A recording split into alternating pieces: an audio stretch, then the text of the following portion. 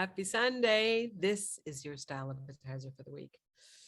So, I know you've heard me say this a lot. You hear me talk about getting into something new and trying something new. So, I want to show you something that I do. And the reason why I'm bringing this up now is because, often we try something new and then we don't succeed. And then, that's beautiful saying, if at first you don't succeed, try and try again. And here's my try and try again. And I want to share this with you from a place of embodied practices. So living life and becoming masterful at something, which is what the art of image therapy is all about, and the healing art of image therapy is all about practicing something. And so what I've done is I've taken those of you who know that I love calligraphy, you know that I have a lot of fountain pens and that I work with ink pens, not the ones that you just put a cartridge in, but the ones that you actually dip in ink. And many of you have received ink pens from me.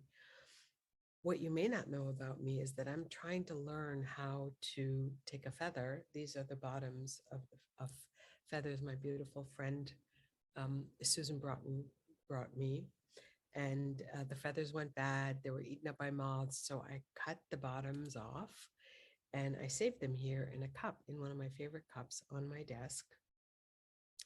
And I cut them off so that I can start being able to master the art of cutting feathers into quills. I know. And it's going to take a lot because that is a very, very specific art. It's like, so as a custom clothing designer and someone who loves to create things with my hands, it is such a beautiful challenge for me to know that I have all these feathers and I can test it because you have certain tools that they don't make anymore.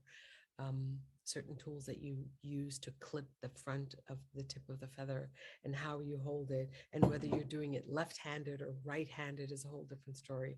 But notice how many there are here. And I haven't really started on this quest yet, but they're sitting on my desk and they're a constant, ever constant reminder that I want to get into something and embody it and practice it. And in order to do so, there's certain tools that I don't have yet. So I tried doing it with scissors. I tried doing it with other tools. And then I did more research. And so the reason why I'm sharing this with you is because dressing and makeup and hair and jewelry and the art of image therapy is exactly the same thing. So there's a reason why every single week I say to you, go and play in your closet. It's the embodiment, the up-leveling of that practice, and constantly practicing it with yourself and with other people, and showing other people why what you are wearing is great. And then when people come and give you a compliment, to actually allow that to land and let it in and be joyful about it. Let the person who's given you a compliment know how important it is, how wonderful it is that they've taken a minute to come and share their love with you.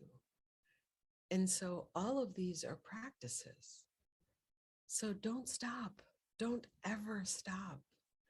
Even if no one notices, you do. And so if nobody knows about this, then I just become masterful at actually taking a feather and turning it into an ink quill. That for me is just such a joy. I don't need the recognition of 50,000 other people.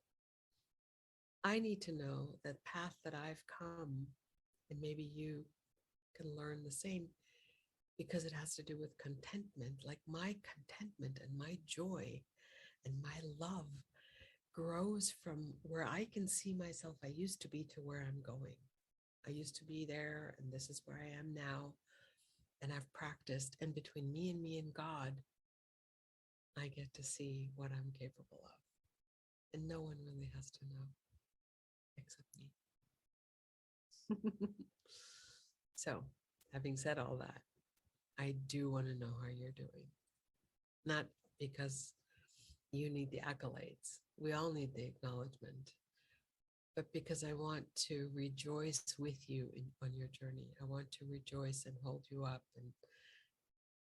And I have a sense of pride for where you're going and what you've done.